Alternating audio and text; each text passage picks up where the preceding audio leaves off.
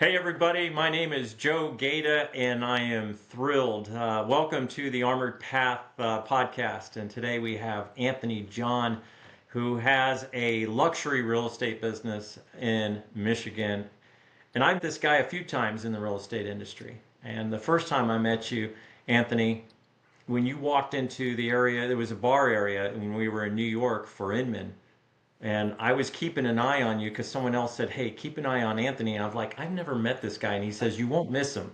And he That's so said, funny. and I think it was either it was Andrew Wild or someone, but it was someone that we both know in the real estate industry, and they were looking to meet with you. And then after a few minutes with you, Anthony, you made me feel like you and I had known each other for forever, almost like you were a Goomba, in Italian. Um, what I wanted to chat with you about today, and for everyone listening, when I reached out to Anthony, I said, "Hey, I want to do a call because when we last met in Vegas, uh, Anthony and I got on this chat about God in our lives, and really we were connecting on that, and how he runs his business and how he manages people from the front of the room when he's having his office meetings. And so, one I think I want to start with, Anthony, is when you first got this calling to go into real estate, how did that all play out for you? I mean, because that's not what you did your entire life, is it? No, first off, thanks, Joe, for having me on. It's great to see you. Absolutely. You look amazing, by the way, and congratulations on your success. Thank you. It's actually a funny story how I got into this business because I owned a real estate a mortgage company beforehand, and 2008 2009 approached, and if you remember what happened 2008 2009, I mean, it Yeah. just imploded. I mean, it was a disaster scene for the in the lending world. And what happened was, you got to be resourceful. You got to. I don't know if you ever read that book, Who Moved My Cheese. Well, they they moved the cheese, people, and I said, let me get my real estate license. And somebody, because I had a lot of clientele, Hmm. but the problem was, um, I couldn't. The banks that were issuing that were underwriting these loans, they were going out of business left and right. So I was down to only a handful of banks. Keep in mind, we had over 200 banks we were doing business with, and I'd say the early part of '09, there's probably maybe four banks left.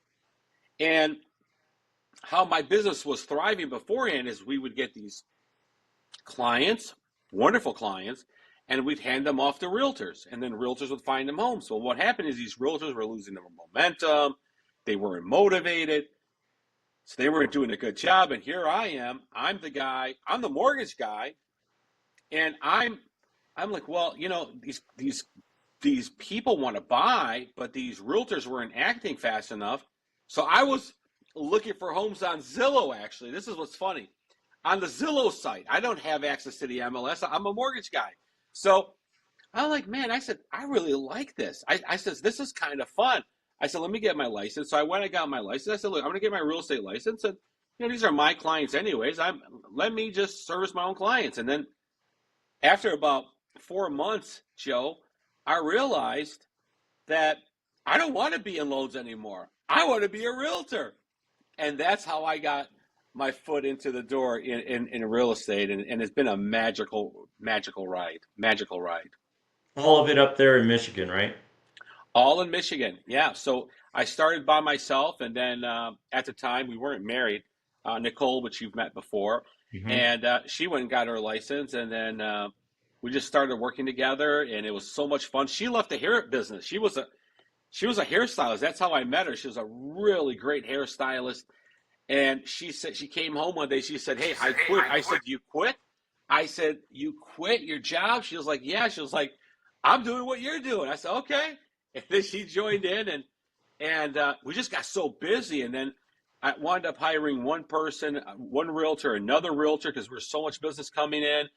And before you Wow. know it, I mean, 12 years later, I mean, we're one of the Look at that. biggest teams in Michigan, and we're just having fun. Great people, great stuff. But you have the personality for it, whether it was on the mortgage side or on the real estate side, and I mean that's evident. And I thank you for complimenting me dressed up. But I dressed up for you because if anyone does any research on you, it's like walking into the closet of anything that you would want to wear to any event. Anthony has got it. He's got the handkerchiefs. He's got the hats. You've got a loving personality, and that's what attracted me to just. We just started talking, and Thank that's you. what I want you. That's what I want everyone to hear is the real estate industry now and then gets a pretty bad rap. I mean, we've gone through some changes over the last year. I mean, Yeah. I used to be in front of the room. This is long before I worked for Zillow for a good 7 year run. And real estate agents used to be compared to lawyers and used car salesmen. I mean, I think that was the two that they were compared to a lot. I don't get that rub with you, and I had a really good conversation with one of your top agents the other day. He said you guys have grown to 80. Is that Actually, about? actually, we're beyond 80. I think we're 101 right now. Wow. Yeah, Wow. he met Cameron manages a pretty large team. He manages a Foxtrot company, pretty Hmm. large team. But yeah, no, we're over. I think we're about 101 right now as far as team wise, which is big because we run as a team, Rich. You brought up 2008, 2009. My wife and I have flipped about 20 properties in our marriage over a 40-year period, and it was 2008, 2009. I think we had three properties we were stuck in the middle of when everything collapsed, and thankfully we got out of them with very little bloodshed. I mean, we did all right, but um, that is when the our world changed. She got breast cancer. We short sold our home. I mean, it was a bad time. And you did something when a lot of people. It's like the firemen, Anthony. Firemen are running towards the fire.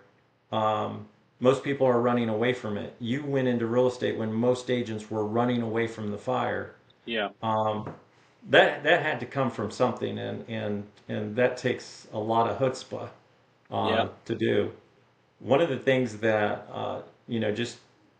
just from our conversations and then talking with Cameron the other day, it's the way that you lead, not just in your handshake, not just in your smile. You were sharing some things with me when we got a chance to sit in Vegas about the preparation that you do when you meet with your agents weekly and the message that you provide. There's a picture on Facebook where you're doing a selfie and you've got this big beautiful cross on you, gold cross on you. Your faith is forward. And tell me a little bit how you intertwine your faith, your foundation of your walk with God in how you lead other people. It's a great question. You know, I always have put God first. I always put God as number one, and the reason I've done it that way in life is I actually read. It actually started way long ago, and I don't remember what book it was, but it was about an insurance salesman. I think it was the Greatest um, greatest greatest. salesman to ever live. Something. Yeah, I think it was something to that line. Or Death of a Salesman, one of the two. It was well it was one of those books, and I love that he had this ring, right, and in this ring there was an inscription, and it had like three on there, and then I think it was they went and they asked, what did that mean, and he always put God first. God was first, and then there's the family and the client, and my agents and my clients, they're like number two to me. So I always look at my people on my brand and our clients as like they're so big and they're so important to me. And when I put God first, it always keeps me on that right path with them, doing what's right for my agents and for my clients. So I've always done it that way. I've always had great luck, and I always say this: you never know when it's your last day. And No. God, and I'm telling you something. I'm a deeply flawed man myself. I'm far from this perfect person.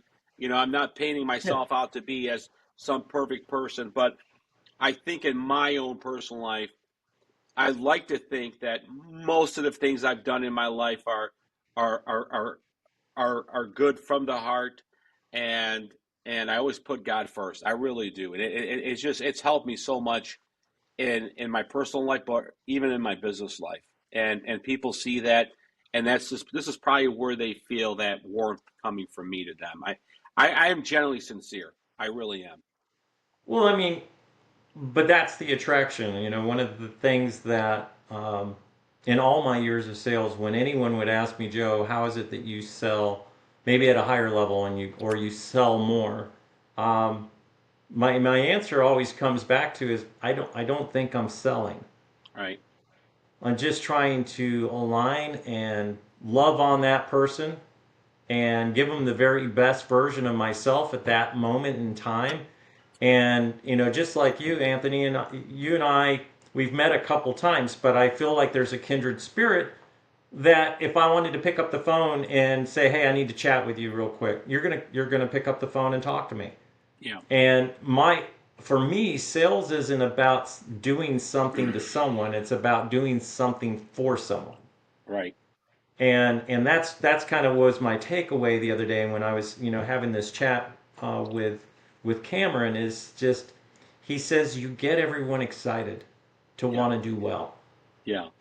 I um, do. where did where did you get that from? Well, it goes back a long ways. I started in a humble beginnings, as they say. I never had anything. I, I grew up poor for most of my adolescent teen life, and I created there's a certain humbleness that I have, right? And I just know what it's like to come from nothing. And when I see people, especially that people that work for me, they're all starting off and they don't really have a mentor or a net. Like I didn't have a net. So I don't know how I created this. I create. I think I'm like 150 years older than I am. I've created this fatherly role to my people, and I never want them to suffer. I never want them not to have, and I never want them to fail. And I bring on this momentum because I know that people need positive energy and this momentum. So I create that snowball effect for them, hype them up, but yet give them the tools that I believe that they need to succeed. Give them lots of love, right? Hmm. And they just feel it, they want it, and they're so excited when they come in on Mondays for our mastermind. And sometimes I yell at them. Most times, in the end, no matter what, at the end, there's always positive motivation, but I lead it that way. And this is what I how why I feel that our brand has done so well. Our people just do really, really well. They're coachable, moldable, and they're highly inspired. I love it. I mean, and if you took your real estate cap off, and so there's a lot of people that are going to listen to this. They have no background in real estate, but a lot of Yeah. people bought real estate. A Yeah. lot of a lot of folks haven't really had that real estate agent, and this. What is it? Typically, after 90 days, both the buyer and the seller don't even remember who their agent was. Yeah, I mean, it's they true. they I wouldn't forget say him. 90 I wouldn't say 90 days. I would say honestly, I'd say 30. Yeah, it's crazy. But it's in any field though. It's in any It's field. It's in yeah. any I'm not field, picking Joe. on real estate. It's Yeah. it's every field. Because people don't take the time to get to know someone. And this is where I think the disconnect, I'm a very positive person, but I'm also realistic. It's a sad time that people aren't being I wouldn't say trained, but shown a better way to engage people. People aren't just a number. They're not just a customer. They're people. They have families. They have Yeah. dogs, cats, kids, friends. It just mystifies me that people don't want to take their time to get to know that person on a real level and just really bond up with them in a big way. And when you do that, it it just creates such a win-win for both parties. Like for myself, I'm just speaking for me. Some of my greatest people I've ever met in my life were my clients, and they're still my friends. And it's Exactly. and I love them, and they love me, and we we text here and there. I mean, obviously, everybody's busy. I mean, I'm busy, but it's so nice when they get a text. Hey, Anthony, what's going on, man? It's been 3 years since we've been in our house, or 5 years, or 10 years, or 12 years. It's just so amazing to see this stuff. It's all about connections, the connection, Are, a deep connection. now, as a broker owner, as their coach, I love the fact that right behind you it says coaching. Yeah. Is that specifically for your agents, or do you do more than just coach for your agents? No, Tell, no, I talk, no, talk to no, me about that. yeah, no, I do more. I obviously I'm the head coach at the brand, but my team captains, they're coaches as well, right? Mhm. And I also started 2.5 years ago a coaching company, so I'm really proud of it. And it's a coaching company coaching different teams that I meet nationally, right? So people come on and say, hey, I heard a lot about you. I'd love for you to coach us and help us expand our team. And I've been doing it, and I've been loving it. I don't take on a lot of clients, to be fair. I'm very, very select with who I take on, only because I'm just busy running the brand. But it's more of like a hobby, or it's more of like it's a hobby. It's a slash giving back. It's like I really, really enjoy watching somebody else outside of our brand going to that next level. And I know what it takes to get to that next level because I didn't have anybody coaching me when I got in this business. And everything I learned was hands on and through mistakes and through wins and all the other good things that go along with growth. I think that's you just nailed one of the areas that I'm discovering since leaving corporate America is that it's what you know in is your wealth. And you're able to take people through something that you've already been to, and you just don't want them to have the same pain points. I mean, you're giving them the cheese moved instead of going around the maze trying to figure out where the cheese is and sniff it out. You're like, hey, let me just give you a 3-story view of that maze. The cheese is right here. Right. And Right. you're eliminating that stress of trying to find out where was it him and Haw. Yeah. It Yeah. was him and Haw. Yeah. Yeah. It's exactly that way. It's like, hey, sometimes why try to reinvent the wheel, right? I mean, it's Right. just like that book, Rich Dad Poor Dad. Like, hey, people should read it, right? I mean, anytime that you can learn and cut some corners in a good way, right? By someone that's gone through it, I would rather do that than fly into it, in uncharted territory. That's for sure. It almost brings up a question as, I look at your personality Yep. and not only when you see you, and I'm not trying to, you don't need this and I don't need to say it as if, but you have this presence about you when you do step into a room. With the fact that you're coaching agents from all over the country by choice, have you ever thought of your luxury as a national brand? That's actually, it's funny you say that. I'm working on that. I'm working on that. So remember, I got in this business in 2010ish, 11ish, Hmm. right? Um, so I'm taking my time with it because I'm trying to perfect Michigan. I'm trying to perfect Michigan and in all facets of this business. So the second move I'm going to make is in Arizona, Scottsdale primarily, and then we're going to go from there. But one of my dreams is to be national um, for our brand. That is absolutely a dream of mine, and I'm working on the dream. I'm not sleeping. I'm wide awake. Uh, I'm just in the first quarter of this dream, and it's all fun stuff. I enjoy this business. I love the people aspect. I love everything about real estate. I really do. It's great business. When I think of 110, 115, 120 agents, I'm thinking of you really are a luxury boutique. is that a sweet spot of to be around 100, 120 agents for a boutique, or do you see? And by the way, how many locations is that? Is that one office?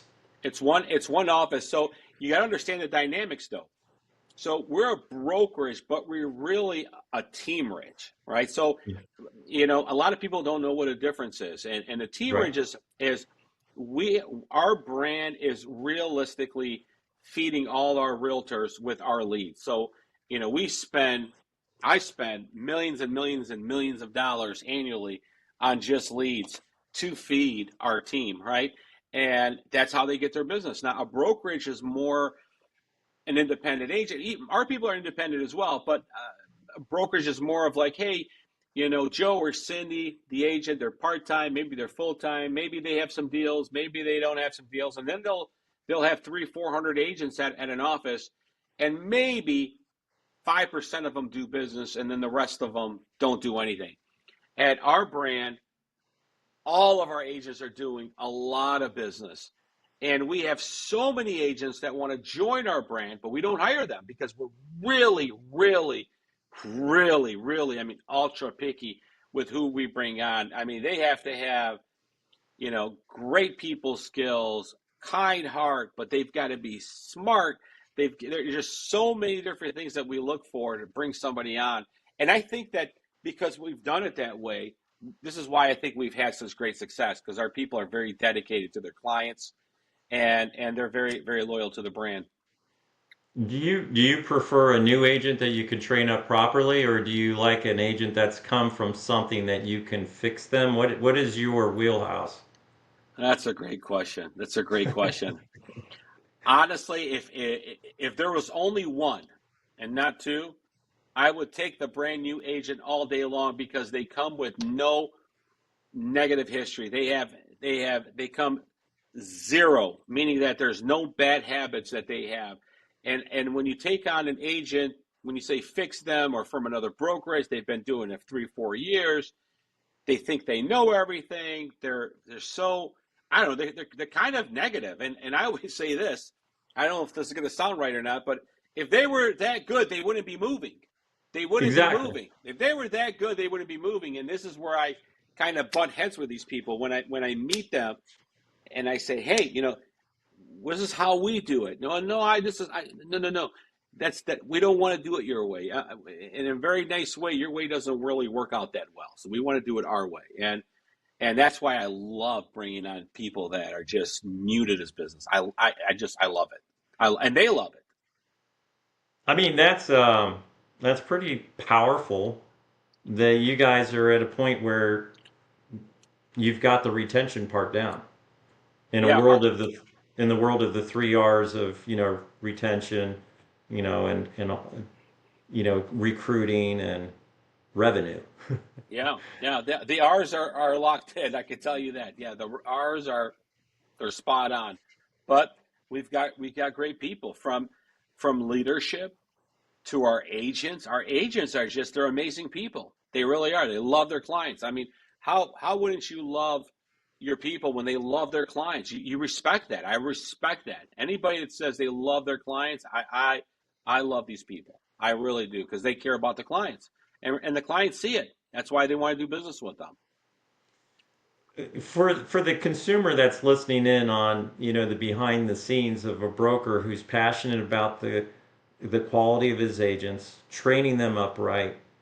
Um, how are your agents being taught to keep that constant relationship going, after the close? And do you give them, hey guys, just because you're on the sell side of it doesn't mean that you can't touch base with the buyer side of it, or vice versa, because they're going to forget who their agent and stay in touch with both sides. Do you guys ever do that? To just say, hey, it was a pleasure working with you, or is there a fine line there? No, look, I can't speak for the entire brand. I can only speak by what I see. And when I look at the reviews, just on the Zillow side alone, right? You were part of Zillow. We had Yeah. over 14, 1,500 five-star reviews. So the reviews are there. They're loving the experience. I have a client relations manager that I hired for the brand just to see midpoint, like before they even go into contract. What is the experience like? Because I want to know. I want to know that these clients, they're having a great experience. So midpoint, they're touching base. Then they touch base the day before closing, after the closing, and what comes back is that the clients are extremely happy. Now, what do we train on at the brand? Well, look, we train on maintaining these relationships, and it starts with who is this client, and it starts with me. I mean, the client is a client, but really, I always tell people at the brand, envision this person as your family member or your friend, and that's how I want you to treat them, but in a professional way. But I want Right. you to be transparent. I want you to be honest. When you negotiate that deal, don't negotiate it, like, hey, we'll just offer you list price if they're representing them as a buyer. What would you do if that was your mother, your father, your brother, or your sister? How would you handle that? And when I've done it this way, and I continually do this way, I always precede them on a weekly basis. They really go above and beyond for their clients. Their clients feel it, and when I walk by, because I'm like that bizarre old guy walking.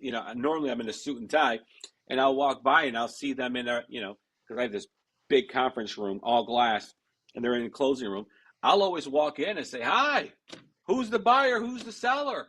And I say, Oh, I "Oh, love that. yeah, I'm the buyer." I say, "Hey, I'm Anthony John. I'm the founder of the brand. I just want to thank you for your business." And I go and I thank them for their business. And I say, "Well, how did so and so treat you?" "Oh my God, they treated me so well." And it's just this constant, positive attention to our clients, and they feel that when they leave out. I always want to have that respect and honor for our clients, and they see it, they feel it, and we feel it, we love it, right? So Anthony, are you a competing broker, or are you hands off and let everyone else do that? Or do you still list and sell? I know I still do. I don't do any more buys. I just because I can't service the client correctly. I just don't, because I'm stuck at the office. But I'll take on a few listings a month because I just love to do it, and keep the pilot proficient, right, in flight, right. So I'm still doing a couple, not much. I'm busy leading the team, to be transparent with you. All right. Well, I've got a I think a fun question because I've seen all of it in Yeah, my 25 years of being in real estate. yeah. What is one of the most creative closing gifts that you've seen either yourself do or maybe your wife or maybe one of your team members that you went, I need to do that. That was smart. That's good. I like that. And the response from the buyer or the seller was, that was awesome. That was such a great close. What are some of the maybe the one or two closing gifts that you've seen an agent do?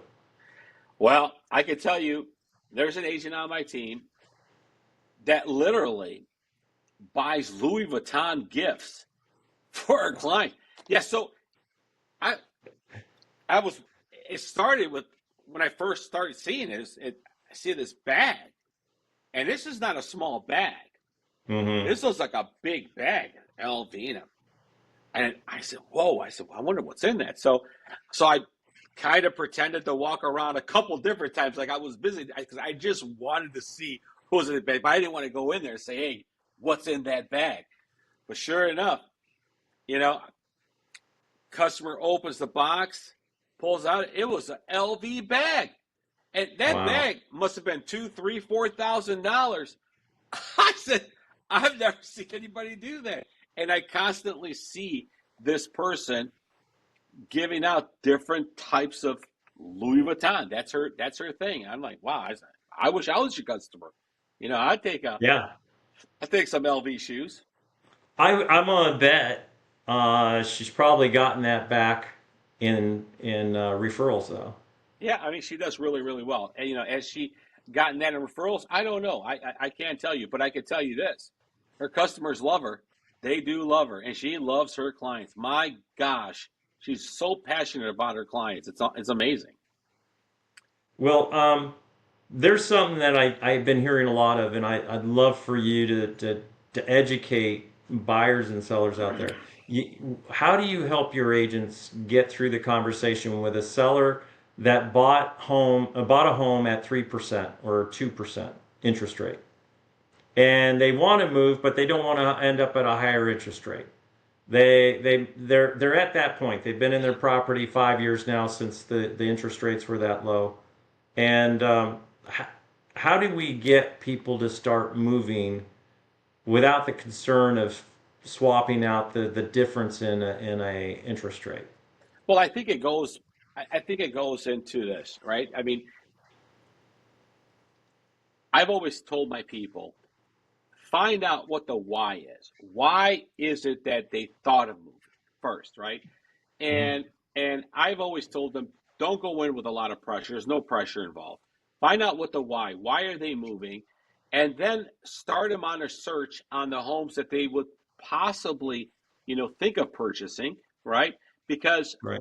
the market has shifted a lot, right? So the interest rates, yes, were higher, but there's an opposite reaction. The prices are lower than they were. Like, I'll give you an example. When the rates were at 3%, I would, and I told my clients, and I told my agent, they've seen it. There were homes that were going for $150,000 over list price. So in the end, it's almost the same kind of wash, right? And I think if the agent shows their value in saying to their consumer, Mr. and Mrs. Consumer, we could do really, really well on your listing. We can really maximize the monies that you'll get on your listings, and we'll negotiate on the buy side to get the lowest price. Yes, the rate might be a little higher than what you're used to, but we know later down the road that the rates are going to drop. So we tell our clients, look, date the house, or date the rate and marry the house. So when the rates do come down, you can always renegotiate, and now you're in a win-win situation. And the clients that listen to us, they did really, really well. And even now, I mean, the interest rates have fallen, right? And but here's what's happening: we're starting to see pricing go up. So the people that bought last year and the year before, they won. They won on their purchase. They had less competition. Things were a little bit easier for them. And now we're getting back into this multiple offer situation with lower rates. And if the rates drop even further, and we tell our customer, but it's not necessarily a good thing for you each time they drop these rates, because it just creates more competition for you when you do have to purchase. That's a postcard. Date the rate, marry the house. Yeah, I mean, if you guys are doing all of the luxury pieces that are going out to that group, that's one of those type of things. When you see that on a postcard, that's telling me, you know what, that makes sense. yeah. And And and Joe, we go do ahead. we do we do we do a lot. We do a lot of different kinds. We do a lot of luxury, but we do a lot of standard homes, right? Standard priced homes. So luxury for us is more of the service than the price Hmm. point. So we're really open on price point, just for everybody to know. We're very open on price point. Yeah, I want you to be able to share this message there in your market. I've like I said, I did some research on you, Anthony. You guys have a great time there. I noticed you had the Detroit Pistons cheerleaders in your office, or it was at an event. Something was going on, but there's a magnetism there that equates to fun, equates to good leadership, and that's what sales is all about, and Yeah, good sales. yeah, And you're running an operation out there that, like I said, you and I only got a chance to meet a few times in person, and when we got together in Vegas and we just sat there, we talked about good, wholesome stuff. And to me, the reason I wanted to hop on this call with you was, one, to get to know you better, but it also helps, as we grow our message. Armored Path was, I picked that name because every day I start my day with the full armor of God. That's Ephesians 6 11 through 17. And it's putting on that full armor of God. To me, just from my conversations with you, you do that. You put on the full armor and you live with a smile. And one of the things that I heard from your team was you're direct. yeah. You tell people what they need to hear. You don't fluff it up, and you say, you know, black is black, white is white. Do this, and you'll get the results. If you don't, you won't. 100%. I just give it to them real, and they respect me. My people do respect me, and they know my track history. I got a pretty big track history. I mean, a lot of people know me from doing a lot of volume as an agent. So, I've got a great reputation. So people know that, I created the brand this way. So everything I tell them to do, these are all things that I have done and continually do. And they follow it to a T. But yeah, I got to tell you, Joe, I get asked a lot to do podcasts. I rarely do them, but I wanted to be on yours because it wasn't just a business podcast. I love that you've intertwined this podcast with faith and putting God, first. And when I met you, I had a lot of respect for you. You stood out to me, and this is Oh, why thank you. I'm on this podcast with you, because I am a I busy guy. appreciate I've it. got a lot going on, and I get asked a lot. I do a lot of speaking nationally as well, but you are so special to me, Joe, and I think that you're on a very unique mission, and whatever it is that you're trying to do or want to do, I really hope it works out for you 10x, and you're a blessing to this world. You're a great human. Well, thank you, Anthony. I appreciate that. One of the things that I've shared with someone recently is, and you might align with this, is that there's sometimes where God holds the puzzle piece back. He doesn't want you to know what's on the other side of it. He doesn't want you to know how it's going to play out. And Yeah, when we get to heaven, he's going to show you those puzzle pieces and tell you, it'll show us why he held on to him as long as he did, or he yeah, never put it down in the puzzle. It was never meant to be played. He's got you on a path. He's got me on a path. He's got all of us, and he wired us, and he knows every hair on our head. He loves us. And you know what he wants from us, Anthony? He wants us to live a fulfilled life and touch other people's lives. That's what you're doing up there. You're having fun doing it. So to wrap up, and thank you. I know you have a choice to be with anybody on a call like this. I appreciate that. I'm humbled. I am. you're a great man. Honest to God, I just say it one more time. There's just you have such a unique way. You're just you're like a blessing. You really are. You're just. Thanks, I have a brother. lot. I have a lot of respect for you, brother, and I wish you many blessings, many blessings, many Well, blessings. thank you. So I'm going to let you finish on the final note before we wrap it up. We're just about coming up on, I believe, about 40 minutes here. Oh my God, Uh, really? Holy we had smokes! We we haven't we even moved. gotten started yet. But this is the thing. I don't want to wear out anybody's welcome to the point where I want it to be real. I want it to be enough to get people off and running. People are going to be listening to this on their drive to work, on their way home. They're going to be listening to it while they're working out. Yep. As a life coach, and that's really what you are. You're no more a real estate coach than the man on the moon. It isn't about real estate. Right. It's Right. about human connection. Right. And if you could leave a message with the state of Michigan and anyone globally that ends up watching this, and this is our from our lips to God's ear. God, we want as many people to be touched by what Anthony's about to share. What is it that you want to leave with people to inspire them to get out of their own way and trust their faith in God and run and lock arms with him? What would you finish off this call with and saying to anybody listening? Well, I would say this. I would say that you should put all of your faith in God, trust in God, put God first in all that you do.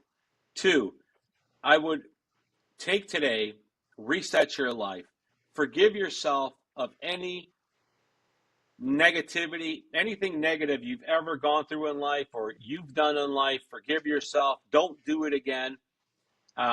Three, take today to be your best version, and always remember you don't have competition, but the only competitor you have is the person in that mirror.